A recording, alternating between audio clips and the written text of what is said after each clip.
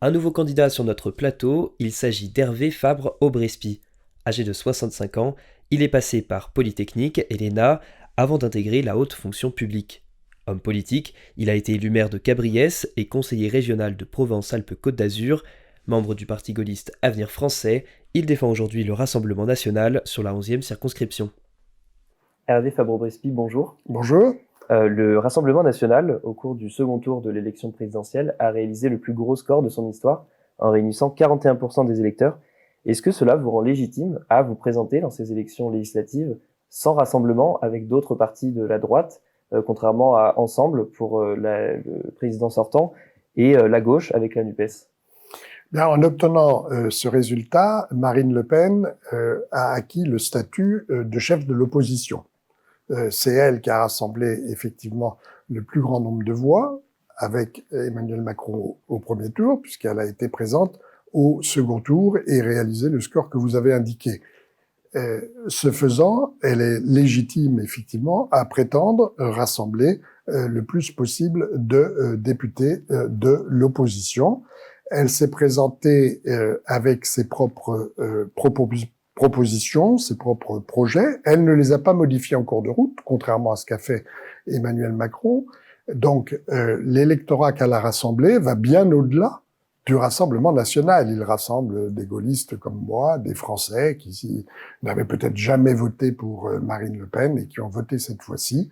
Donc, les candidats qui se présentent aux élections législatives ont aussi vocation à rassembler les électeurs qui se sont portés sur elle et à aller au-delà. Mais alors justement, on a beaucoup entendu des critiques concernant la réélection d'Emmanuel Macron, qui a aussi bénéficié d'un vote contre Marine Le Pen. Mais est-ce que c'est pas aussi le cas pour votre candidate qui finalement, parmi ces 41 points obtenus, a aussi bénéficié d'un vote contestataire contre le président sortant Emmanuel Macron? Est-ce que du coup ce score, qui peut être assez important, ne cache-t-il pas en fait le fait que vous avez une base qui est moins importante que celle-ci? Bien, comment dire, l'élection qui vient de se dérouler est très particulière, puisque des enquêtes ont été faites et qui montraient qu'environ 35% des électeurs qui avaient voté pour Emmanuel Macron au second tour ne souhaitaient pas sa réélection. Et donc, c'est un vote effectivement par défaut. Avant le premier tour, on n'a absolument pas ostracisé la candidature de Marine Le Pen. Il a suffi qu'elle soit au second tour pour que immédiatement toutes les caricatures, toutes les critiques, toutes disons qu'elle a aussi mensonges... bénéficié d'un vote contestataire. On peut le voir par exemple dans les Outre-mer où le score était très fort pour Jean-Luc Mélenchon au premier tour, très fort pour Marine Le Pen au second. C'est logique, et je dis maintenant aux électeurs qui ne souhaitent pas qu'Emmanuel Macron, qui ne sera pas soumis à réélection et qui aura donc les mains libres, puisse mener la politique catastrophique qui a été la sienne et la poursuivre, la développer, l'amplifier, avec les conséquences que l'on sait. Je dis à ces électeurs, votez utile pour le candidat que je suis dans cette circonscription, de même que pour tous les autres candidats, de façon à avoir des députés d'une vraie opposition, des députés qui ne trahiront pas leur engagement, des députés qui n'aideront pas le président de la République, comme l'a fait Jean-Luc Mélenchon, par exemple, au second tour de l'élection présidentielle. Et alors ce score, du coup, pour revenir sur ces 41%, est-ce qu'il ne risque pas, par exemple dans cette circonscription et partout ailleurs, de se diluer dans ces différents partis qui se présentent à l'élection? Je parlais du coup des alliances à gauche, au centre, et du fait que vous n'en ayez pas fait avec Reconquête, par exemple, avec l'Union pour la France aussi. Pourquoi ce choix de ne pas avoir fait d'alliance et avec le risque que cela entraîne pour vous de perdre une partie de l'électorat qui va se diluer entre trois candidatures? L'élection est à 2 tours, comme l'élection présidentielle.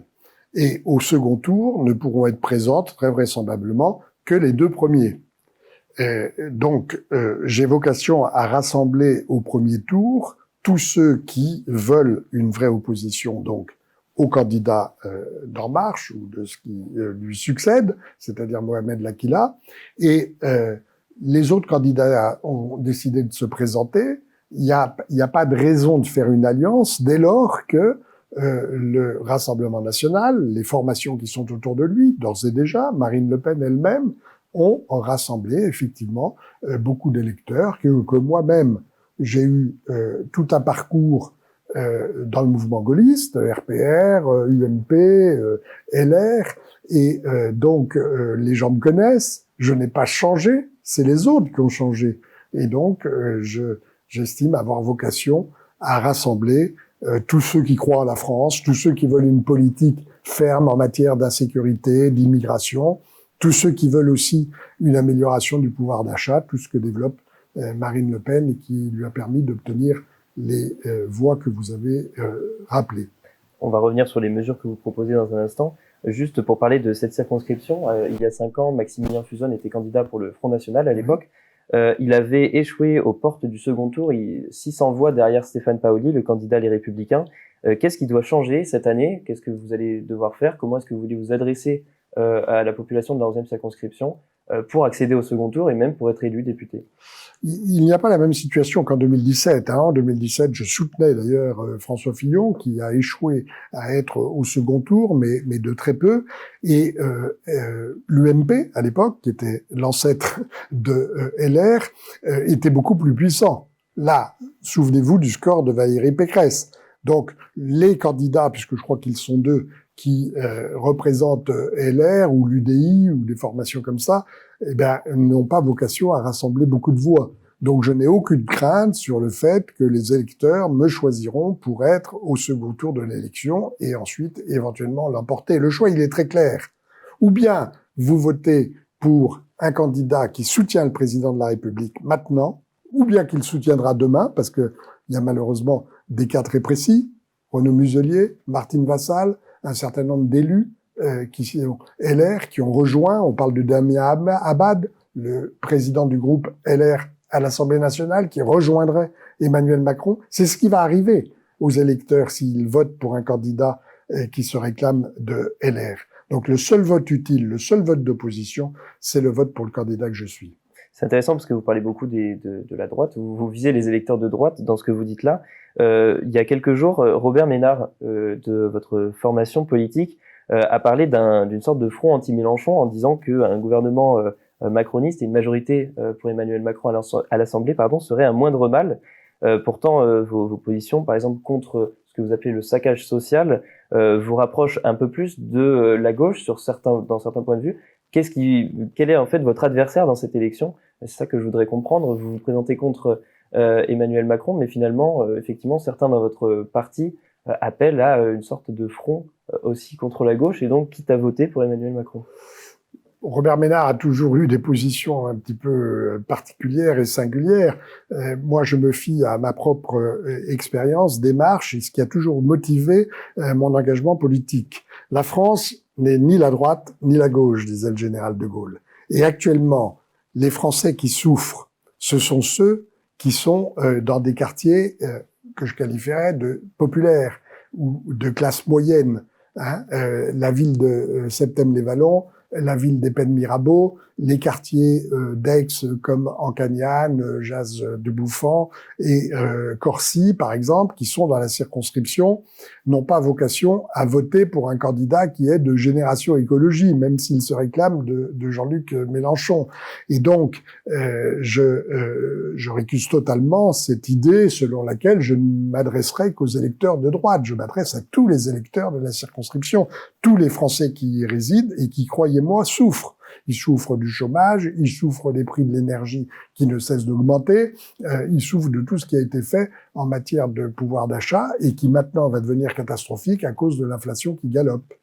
Alors justement, vous commencez à évoquer les propositions que vous portez. On vous accuse d'un côté la droite, l'extrême droite, on va dire, vous qualifie de candidat de gauche, qualifiez Marine Le Pen de candidate de gauche. À gauche, on vous place plutôt à l'extrême droite de l'échiquier politique.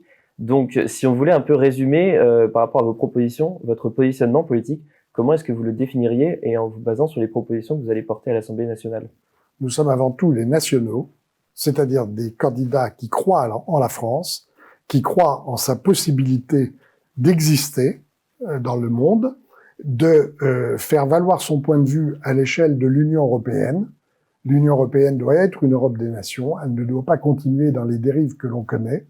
Nous sommes aussi des candidats sociaux, c'est ce que j'évoquais tout à l'heure, soucieux du pouvoir d'achat des jeunes, Hein, il y a les mesures qui ont été proposées par Marine Le Pen pendant sa campagne présidentielle sur l'exonération d'impôt sur le revenu pour des jeunes de moins de 30 ans, sur les aides qui seraient apportées en matière d'apprentissage, etc.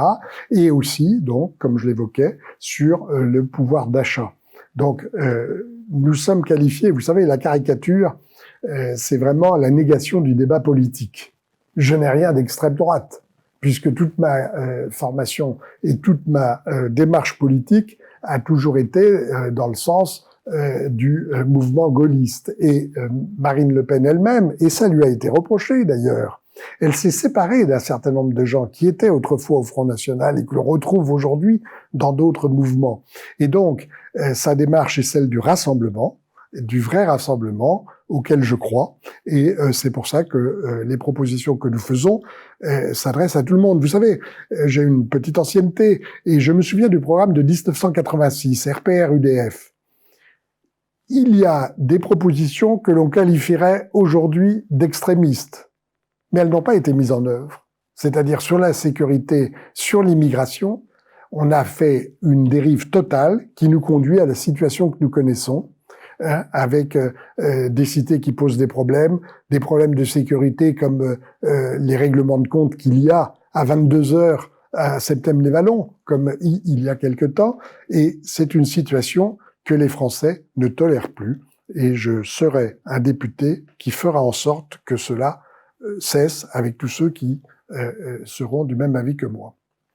On va passer à la dernière rubrique de cette interview. Vous, député de la République, alors vous, député, comment tisserez-vous des liens entre la population de la 11e circonscription, ou bien même finalement de la population française de manière générale, et l'Assemblée nationale? On sait que chez nous, chez Anonymal, c'est une thématique qui nous tient à cœur, l'engagement politique et l'intérêt que les gens ont pour la politique. Comment est-ce que vous participerez à rapprocher à la fois du coup le peuple et les institutions, puisqu'on tend à voir ces dernières années une fracture qui se creuse?